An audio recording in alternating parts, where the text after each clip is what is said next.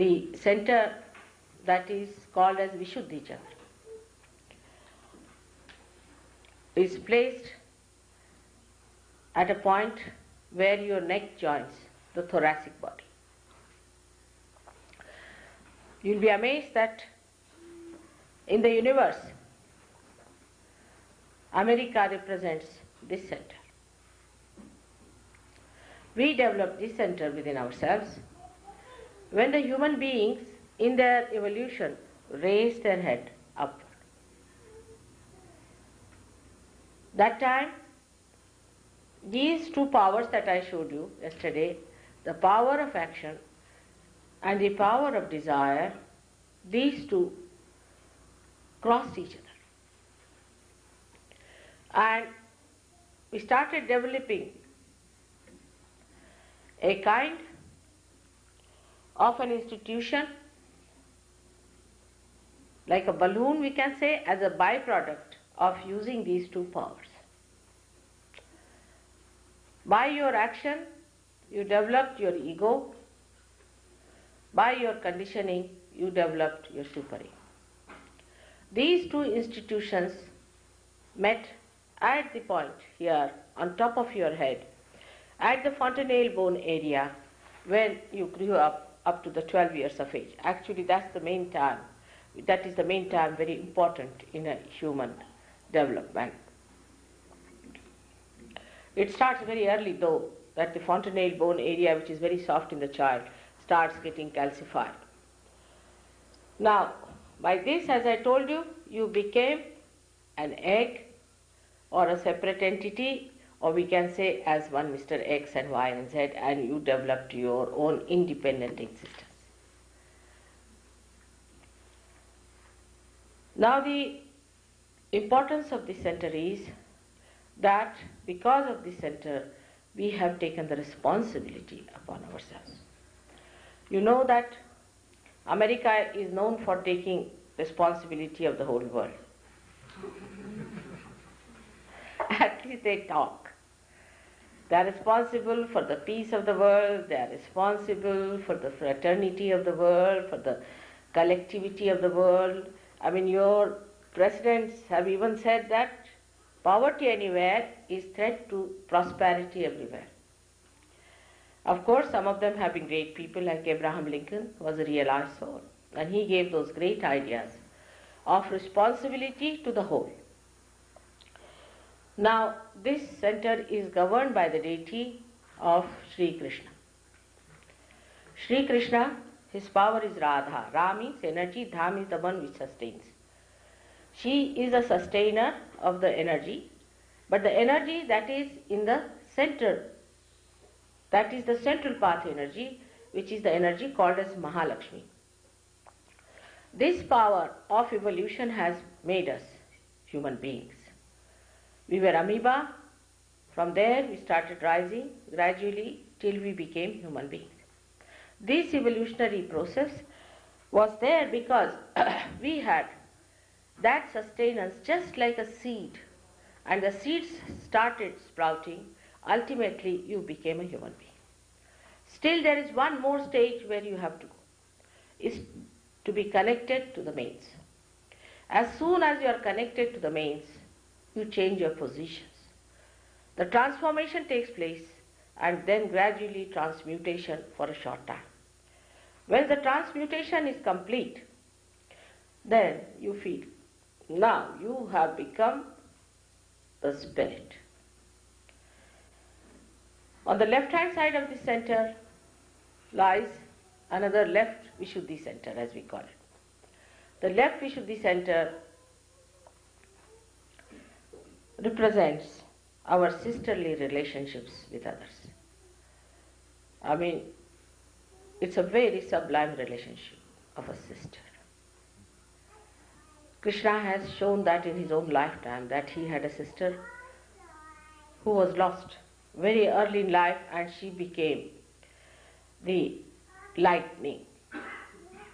The lightning, when it appears in the sky, you should know that the power of Vishnu Maya, her name was Vishnu Maya, is now showing its wrath. She is a virgin. and her power is tremendous, thunderbolt as they call it. Right hand side is the another center, which we call as the right center. That is when Krishna was the king. First he was just a shepherd boy, and then he became a king. When he became the king, he developed, he opened that awareness within us from where he spoke about Gita. Krishna is the one who is the primordial being. He becomes the primordial being. From Vishnu stage, he evolves into the complete 16 petals and becomes Sri Krishna, which is the complete form of evolution. We call it the Sampurna. There are 16 subplexuses in this center, and which manifest outside 16 subplexuses of the gross plexus, which medically we call it as cervical plexus. The cervical plexus looks after your ear, nose, throat, your appearance on face, your eyes, eyeballs I mean to say, and also your tongue. This is a very, very important center. You can see all these things are represented in this country. And that's why I say you belong really to a very great country of responsibility, even in spirituality. Even in spirituality, you become part and parcel of the primordial being. You have to become. Because it is he who is represented in this country. Now this center is made of, its body is made of the Saturn. The body is the Saturn. The Saturn rules this. Now you've been to Saturn and you have found out that there is a ring around the Saturn, which of course we know already there is a ring, but you did not know. It is said that Sri Krishna has a disc in his hand, which surrounds him. So this country has this ring around it. It's a very powerful ring. And that's why you feel that certain portions of your country are going down. Because it can react against you also if you go too much against your righteousness, against your self-respect. It may try to harm you, no doubt. But if you are awakened, if you get awakened, there cannot be any fear of any country invading this one. Take it from me. Nobody can invade because this ring is protecting you. Anybody who tries to invade this country will be harmed much worse. You know what happened? You had one bomb and the whole Hiroshima was destroyed. So one has to understand that if the human beings here are not righteous, if they commit sins morning till evening and invite all the antichrists of the world to settle down here, you'll have to face the calamities and the wrath of God. The same God, what we call the same deity, Sri Krishna, has a power called as the Samhara Shakti, by which he kills. He is the embodiment of a Samhara Shakti also. Those who say, I am a Krishna and all that, ask them, can they lift a mountain? They have to lift a mountain. Just put them down there. You have got lots of mountains. This is representative of how we have lifted our mountain up, is representative here. This is important to understand because every Dick, Tom and Harry will come here and tell you that I am doing the same type of work, I am awakening the Kundalini, I am doing this, I am doing Shaktipat, all kinds of nonsense they will talk. Tell them to raise it. Let them show you. If you find it pulsating at the base and rising and coming out the cool breeze, then only believe it. But most probably they would be shaking. In your presence, if you are a realized soul, they would be shaking, absolutely shaking. Even if you don't tell me that you have been to Guru, I know where you have been. Because you can see it, the way these spirits that they have put in you, the way they have completely mesmerized you. I can see that. You can't even face me when this happens. Some of you are aware of it, some of you are not. If you are aware of it, then you feel, how can you come to me?